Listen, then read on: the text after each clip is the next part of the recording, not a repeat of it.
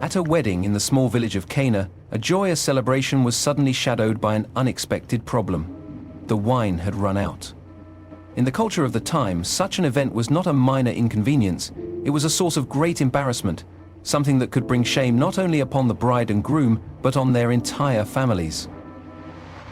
Weddings in Jewish tradition were not just private family gatherings. They were community events, deeply tied to honor, hospitality, and social standing. Running out of wine meant failing to meet the expectations of the guests, and it could leave a lasting stain on the memory of the event. The laughter could turn to whispers, the joy to discomfort.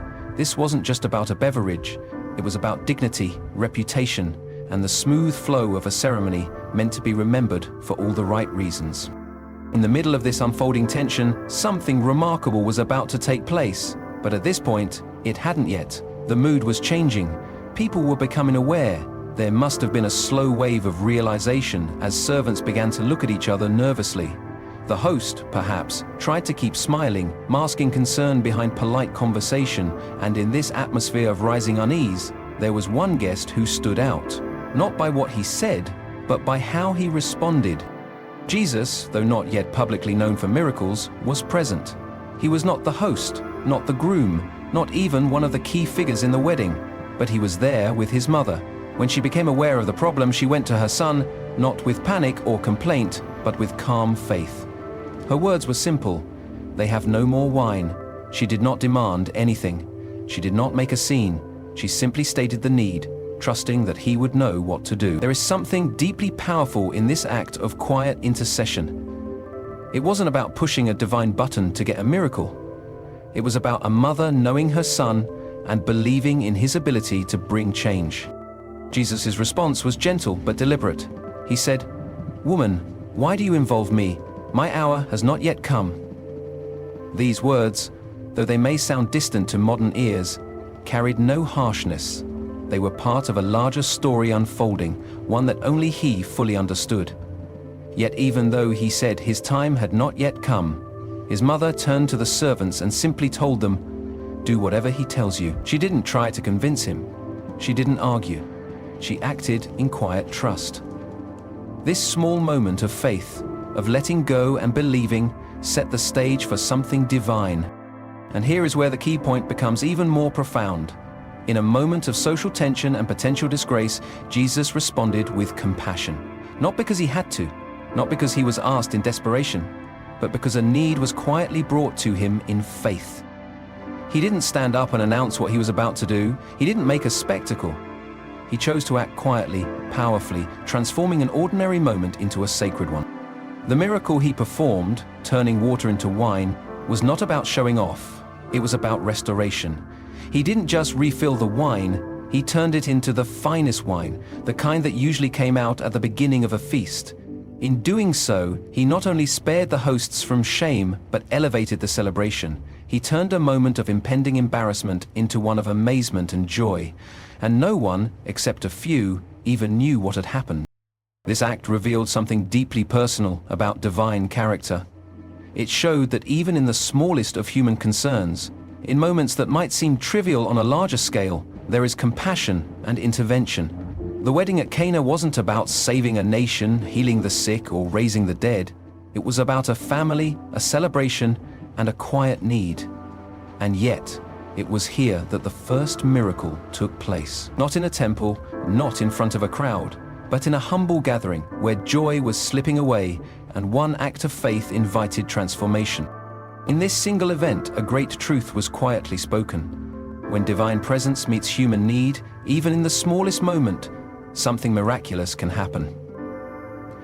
And often, it happens not through noise or spectacle, but through quiet obedience and unwavering trust. Jesus' mother, Mary, noticed something others may have overlooked in the midst of the celebration.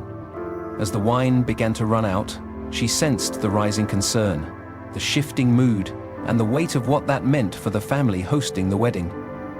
Her awareness went beyond the surface. She didn't respond with panic or urgency, but with quiet observation and deep trust. She knew who her son was, even if the world had not yet seen him reveal his power. Without making a public scene, she went to him and said, "They have no more wine." It wasn't a demand, a request, or a complaint. It was simply a statement of fact, spoken to the one she trusted could change the outcome. In those few words was a depth of relationship, belief, and hope. She did not instruct him on what to do, nor did she plead. She simply brought the need to him, fully confident in his ability to respond in his own way. This moment was not just a mother turning to her son. It was the first recorded example of intercession. She carried someone else's need and placed it before him. It showed a profound understanding of who he truly was, even if no public miracles had been performed yet. Her approach revealed something rare, the ability to see divinity behind familiarity. Most people knew Jesus as a carpenter, a son of Mary and Joseph, but she had pondered many things in her heart since the day of his birth, and now, that long-nurtured faith moved her to act. She believed not only in his power, but in his compassion, in his readiness to respond even when the time had not fully come. Her statement wasn't about urgency, it was about confidence in his nature. Jesus' reply, while seemingly distant, was not a refusal. When he said, "My hour has not yet come," he was referring to the unfolding of his divine mission, the timing of his public revelation. Yet even in saying that, he did not dismiss the situation. There was something about Mary's faith that moved the moment forward. Her next action confirmed her belief. She didn't press him further, she didn't debate. She turned to the servants and said, "Do whatever he tells you." These simple words have echoed through centuries of faith. Words that show trust without explanation, obedience without understanding the outcome. She didn't know how he would solve the problem, but she knew he would. She didn't know if it would involve a miracle, but she knew that whatever he did would be right. This moment captures the heart of faithful surrender. Mary had done her part. She saw the need, brought it to Jesus, and told others to trust him. In that, she stepped back and allowed him to take over. There was no controlling, no questioning, only pure trust. The servants too played a vital role. At her word, they became ready to act on whatever Jesus might ask of them. Her instruction prepared them for obedience, and that obedience would soon become the path through which the miracle unfolded. This key point demonstrates that sometimes the most powerful moments begin not with action, but with belief. Belief that recognizes need, approaches the source of hope with humility, and prepares others to listen and respond. It also shows the quiet but powerful role of those who carry others' burdens in prayer and bring them before the one who can make all things new. Mary's intercession wasn't dramatic, but it was sincere. It wasn't full of emotion, but it was full of faith. By trusting in him without knowing the details, she displayed what true relationship with the divine looks like. Not manipulation, not desperation, but faithful submission. She did not need to understand how the water would turn to wine. She simply believed it could, and that belief set everything into motion. Her faith became the bridge between the problem and the solution, the unseen and the miraculous. Jesus told the servants to fill 6 large stone water jars that were used for ceremonial washing. These jars were not meant for drinking. They were associated with religious rituals, purification, and tradition.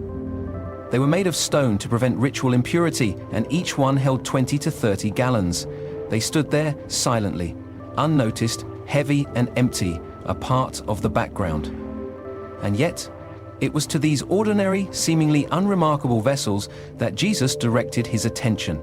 He instructed the servants to fill them with water. Plain, common water, the most basic substance available. There were no special instructions, no rituals or prayers attached to his words, only a simple command. And the servants, without hesitation or question, did exactly as he said. They filled the jars to the brim. This act of obedience was quiet but powerful. The servants didn't ask why. They didn't argue that water jars had nothing to do with the problem of wine. They didn't stop to wonder how pouring water into washing jars would help a wedding celebration. They simply followed the instruction. Their obedience was immediate and complete. They didn't fill the jars halfway. They didn't test one first. They filled them all, and they filled them fully. This detail, to the brim, is significant. It shows the completeness of their obedience, their willingness to do exactly what was asked, even if it made no sense in the moment. What followed was equally remarkable. Jesus told them to draw some out and take it to the master of the banquet. Again, no explanation was given. The servants, having filled these jars, now had to serve what they believed was water to a man expecting wine. This moment required not only obedience but courage. To approach the master of the feast with water instead of wine could have resulted in embarrassment or even punishment. But again, they did what Jesus told them to do.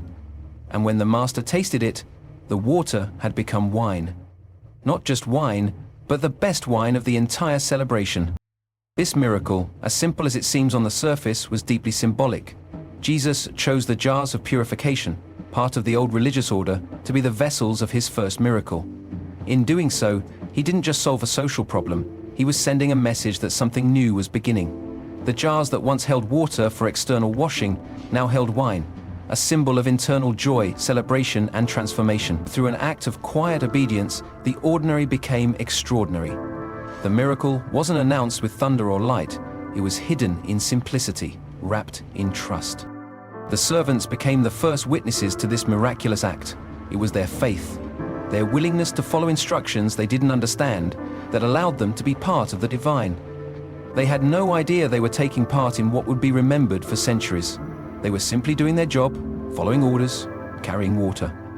But in that small act, they became partners in a miracle. This reveals something profound. Sometimes the greatest moves of God happen not through the dramatic, but through quiet obedience in small things. The transformation from water to wine also reveals the nature of how divine power operates. Not by force, but by invitation. Jesus didn't command the attention of the crowd. He didn't announce what he was doing. He gave a simple command to those who were willing to listen. The servants didn't perform the miracle. They only followed instructions, yet their willingness to act, even without understanding, was essential. The miracle happened through their hands, through their effort, through their trust. This moment at the wedding in Cana showed that transformation often begins with simple obedience. It begins when people are willing to act, even if they don't fully understand the purpose. The water jars were just ordinary containers, and the water was nothing special. But when those ordinary elements were offered in obedience to divine instruction, they became part of something miraculous. The servants never made a speech, never drew attention to themselves, and yet they were chosen to play a part in the very first public sign of divine power.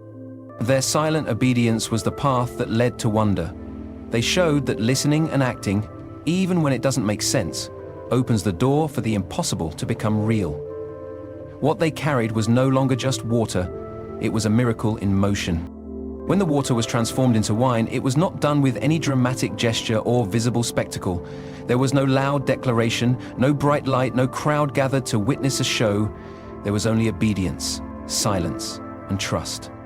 And then, in the quiet of that moment, the ordinary water became extraordinary wine. This was not simply a functional solution to a social problem.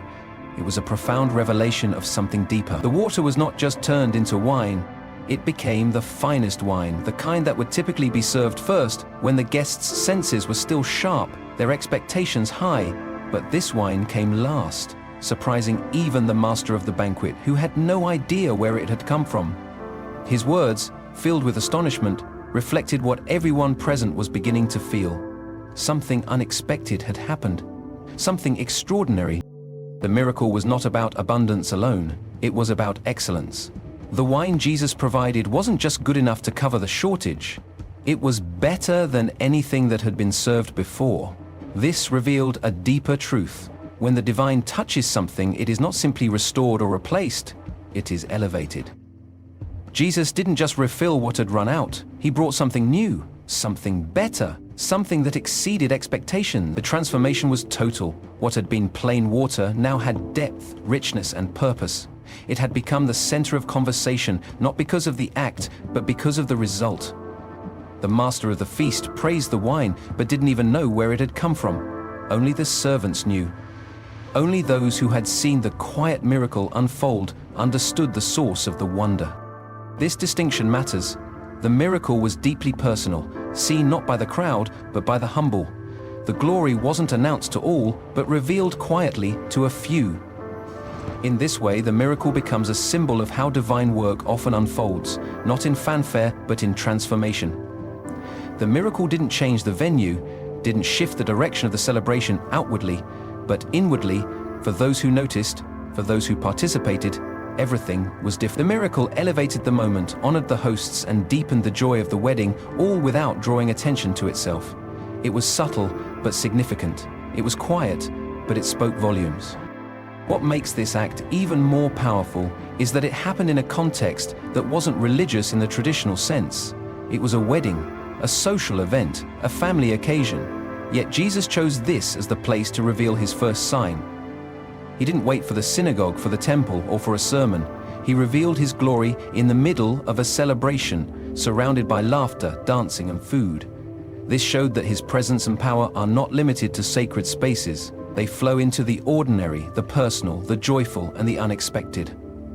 By performing his first miracle in such a setting, Jesus was making a statement that divine grace doesn't separate itself from human experience, but enters into it, fills it, and transforms it from within. The transformation of the wine also echoes a timeless truth about divine timing and grace. The best had been saved for last. In human terms, this seems backwards. Most people give their best early, when expectations are high, but in this miracle, the opposite happened. What came last was far better than what came first. This became a symbol, a whisper of something more, that in life what seems like delay is sometimes divine timing. What appears to be lack may only be preparation. When God intervenes, he often brings not just restoration, but something better than what was lost. The miracle at Cana quietly illustrated that what we wait for in faith can be richer and deeper than what we expected at the beginning. This act of turning water into wine, done without spectacle, speaks deeply about the nature of divine transformation. It doesn't need noise to be real. It doesn't need attention to be powerful. It happens in the hands of servants, in the quiet obedience of the willing, in the hidden jars of everyday life. It changes what's ordinary into something precious, and most often it's only truly seen by those who are close enough, quiet enough, and faithful enough to notice. The miracle didn't begin with applause. It began with need, followed by trust, and it ended in wonder that flowed from an act of quiet, invisible power. The miracle that took place at the wedding in Cana was anything but ordinary. It wasn't just about meeting a need, it was about surpassing expectations. When the master of the banquet tasted the wine that had once been water, he was astonished. He immediately called the bridegroom over, confused but impressed, and said something unexpected. Everyone brings out the best wine first, and then the cheaper wine after the guests have had too much to drink. But you have saved the best till now. These words carry more than just surprise. They carry a testimony to the excellence of the miracle. What had been expected was average wine, perhaps watered down, as was common at the latter end of celebrations. But what was served instead was beyond compare, the finest wine of the evening, rich in flavor and unmatched in quality. This astonishment revealed a truth that extended beyond the taste of wine. It reflected a deeper spiritual pattern, that the divine does not operate on human timelines or assumptions. In human reasoning, the best should come first. What follows is expected to be a gradual decline. But this miracle challenged that thinking. It reversed the natural order, suggesting that the best is sometimes reserved for the end, for the moment when people least expect it. It's a subtle but powerful message. Divine timing often looks different than human planning, and what may appear delayed is in fact divinely designed. The master of the banquet didn't know where the wine had come from. He only knew what he tasted. This detail is important.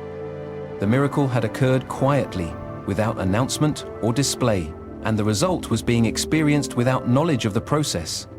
That is how divine power often works. It transforms things quietly, without fanfare, and people encounter the blessing without always knowing its origin. But there were some who did know, the servants, Mary, and the disciples. They had seen the water being poured into jars. They had drawn out the wine. They had witnessed the transformation. And now, as the master marveled at the wine's quality, they alone held the secret of the miracle. This shows that divine excellence is not always revealed to everyone at once. Sometimes the beauty and depth of what has occurred is hidden from the crowd and known only to a few who had faith and obedience. The master praised the bridegroom for the wine, thinking it was his doing, unaware that something supernatural had just unfolded behind the scenes. The miracle had lifted the bridegroom's reputation, saved the family from public embarrassment, and brought unexpected honor to the host, and it all happened without them even realizing what had truly occurred. This highlights another layer of divine grace, how it often blesses people even when they don't know they're being blessed, covering their needs, preserving their dignity, and restoring what they thought was lost, all without demanding recognition. The fact that the wine was not just sufficient but excellent reveals something vital about the nature of divine intervention. It is not stingy or barely enough. It is abundant, generous, and filled with intention.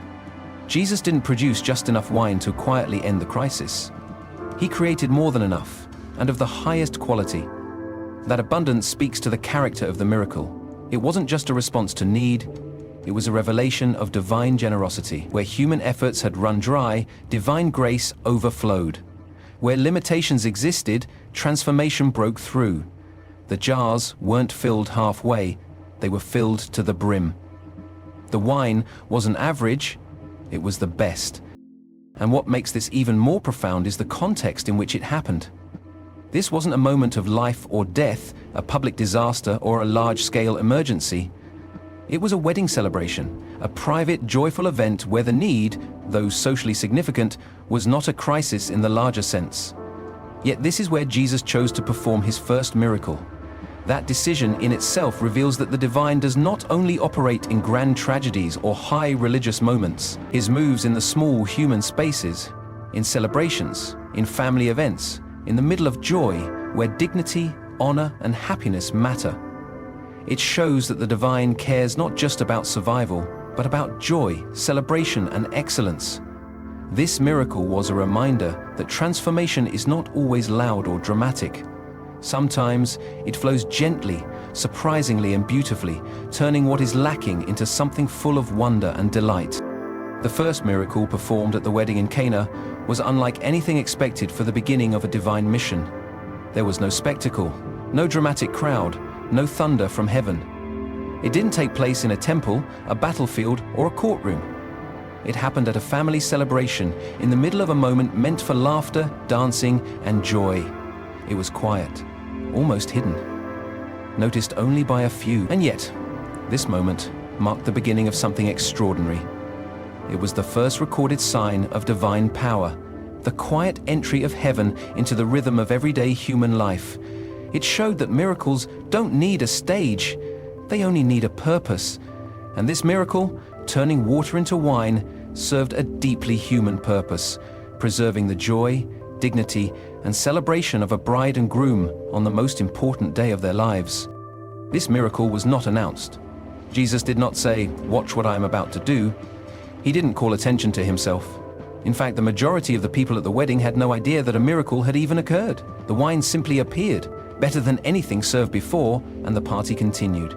But for those few who were watching closely, the servants, Mary, and his newly gathered disciples, something shifted. They had seen water poured into jars, and now they saw wine being served.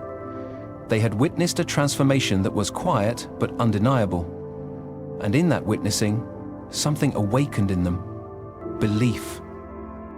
This miracle was not just about wine. It was about revelation. It was about lifting the veil just a little to show those who were ready that something greater was now at work among them. Jesus didn't need to perform signs to prove anything, yet in this gentle act, he revealed his power. It wasn't power for show. It was power to restore, to elevate, to honor, and to draw others toward trust. The disciples who were with him had only just begun to walk this journey. They were curious, uncertain, perhaps even skeptical. But after witnessing this first miracle, they began to believe, not just in his teachings or his kindness, but in who he truly was. Belief doesn't always come through arguments or theology. Sometimes it comes through quiet moments of wonder, when something impossible happens in such a natural, effortless way that it changes the way one sees everything. That's what this miracle did for the disciples. It wasn't about the transformation of water into wine alone. It was about the transformation of doubt into faith. Seeing something so divine unfold in such an ordinary setting helped them realize that they were in the presence of someone extraordinary. And from that point, their understanding of Jesus began to shift. He was no longer just a teacher or a carpenter. He was someone who commanded the elements, who moved with authority, who revealed divine glory in the most human of moments. The miracle also marked the beginning of a divine pattern, that faith often begins in the quiet places. Jesus didn't come to force belief, but to invite it. This invitation was extended first to those who were closest to the moment, the ones who participated, who obeyed, who watched and listened. They were the ones who received the gift of understanding. Others drank the wine, enjoyed the celebration, and never knew they were tasting a miracle. But for those who were paying attention, something deeper was taking root. They were seeing signs, not just of power, but of purpose. Not just of ability, but of identity. The miracle revealed not only what Jesus could do, but who he was becoming in the eyes of those who followed him. This was the moment when belief began to solidify, not through fear or pressure, but through wonder. It was the kind of belief that doesn't demand answers, but responds to presence.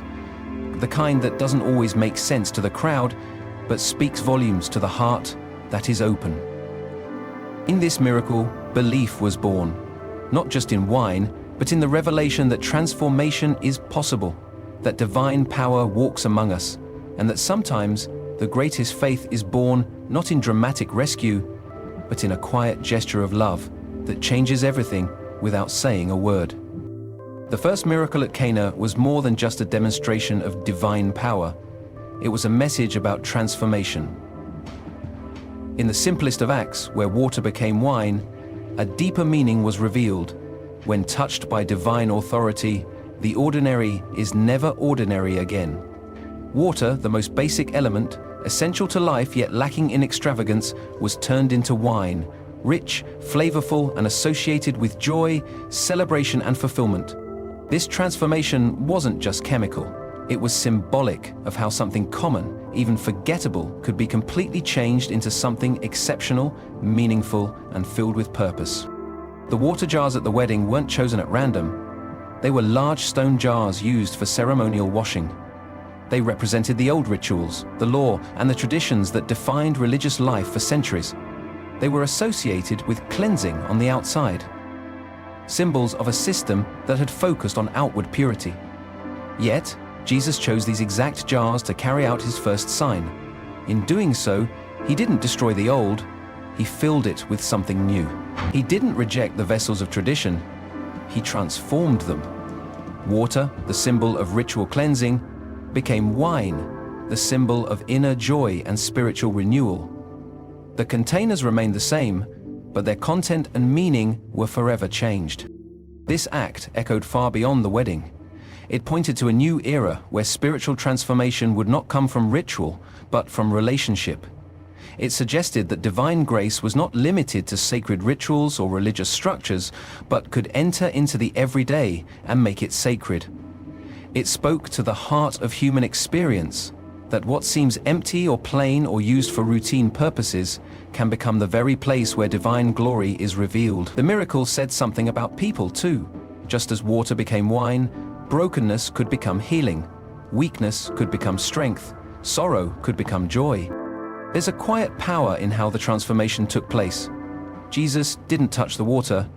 He didn't even speak to it. He simply gave a command to fill the jars and then to draw some out. The change happened invisibly. No one saw the exact moment when the water became wine. There was no flash, no sound, no outward sign of transition.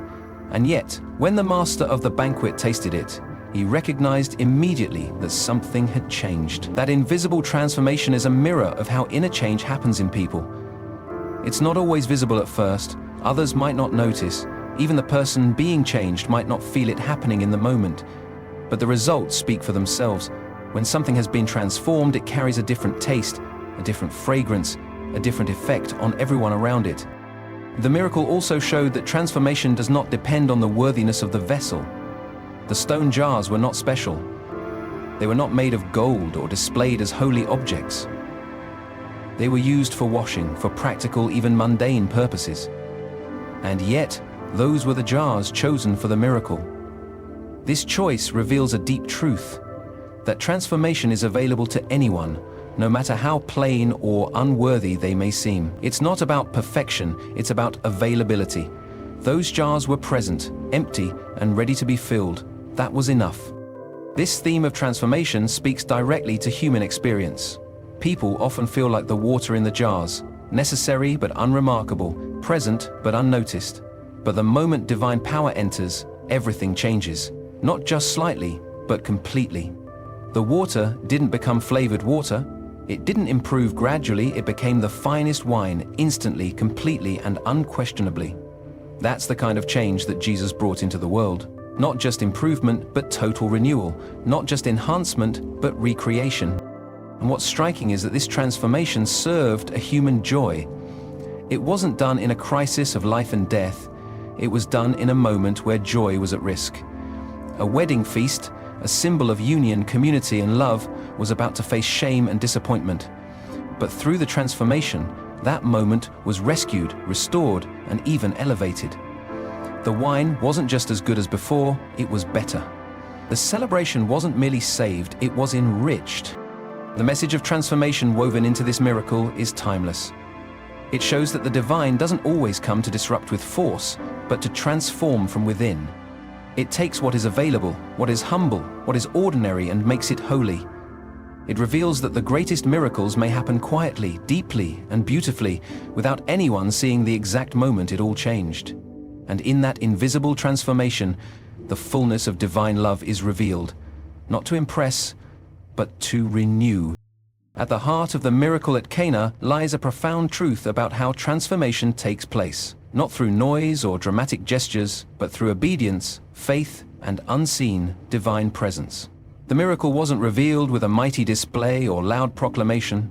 Most guests at the wedding didn't even know that anything extraordinary had happened. They simply enjoyed the best wine of the evening, unaware of the supernatural event that had just occurred behind the scenes. This quiet unfolding of divine power teaches a powerful lesson that real change, real transformation often happens in silence, away from attention, and in the hands of those willing to obey and trust, even when they don't fully understand. The servants played a central role in this miracle, not by performing it, but by being instruments of it. Their obedience was simple, humble, and immediate. They didn't ask questions when Jesus told them to fill the jars with water. They didn't resist or suggest a better plan. They didn't demand proof before following his command. They simply listened and acted. And because of their obedience, they became witnesses to the extraordinary. They were the first to know that something sacred had taken place. While the guests celebrated without knowing the source of the wine, the servants had first-hand knowledge of the miracle's origin. They saw the water go in, they saw the wine come out, and in that quiet revelation, they experienced a level of understanding that the crowd never reached. This pattern reveals how divine glory is often unveiled not to the masses, but to the faithful few who serve quietly, who act without recognition, who trust without needing explanation. The servants were not theologians or religious leaders, they were ordinary workers. Yet, they were the ones Jesus chose to carry out his instructions. This speaks to how the divine often works through the hands of the humble, through the lives of those overlooked by society. They don't need to be powerful or famous, they just need to be ready and willing. The miracle passed through their obedience. They didn't create it, but they carried it. And because they did, they saw what no one else saw. The miracle at Cana also highlights how divine power doesn't always demand visibility. It doesn't force people to believe through spectacle. Instead, it invites people to see deeper, to look beyond the surface, to seek and to notice. The miracle didn't command attention, it invited reflection. For those watching closely, like the disciples, it sparked belief. They recognized that this quiet act wasn't just about wine. It was about identity. It was about authority. It was about the presence of something greater than anyone had imagined. And that presence didn't need to shout. It simply acted, and in doing so, revealed more than words ever could. Faith, in this story, grows not through pressure, but through participation. The servants participated through action, the disciples participated through observation. Both groups experienced a revelation that others missed, and in their different ways, both responded with belief. This tells us something important about how belief is born. It doesn't always come through dramatic experiences. Often it grows through involvement, through being close to the miracle, even if you don't understand it at first. Faith doesn't always begin with clarity. Sometimes it begins with a question, a need, a quiet moment that turns into something unforgettable. This miracle wasn't meant to convince everyone present. It was meant to reveal to those who were near that something divine had entered the ordinary, and because it happened quietly, those who truly paid attention were rewarded with insight and wonder. The servants could never see jars of water the same way again. The disciples could never look at Jesus the same way again. Something had changed, not with noise, but with presence. Not with display, but with depth.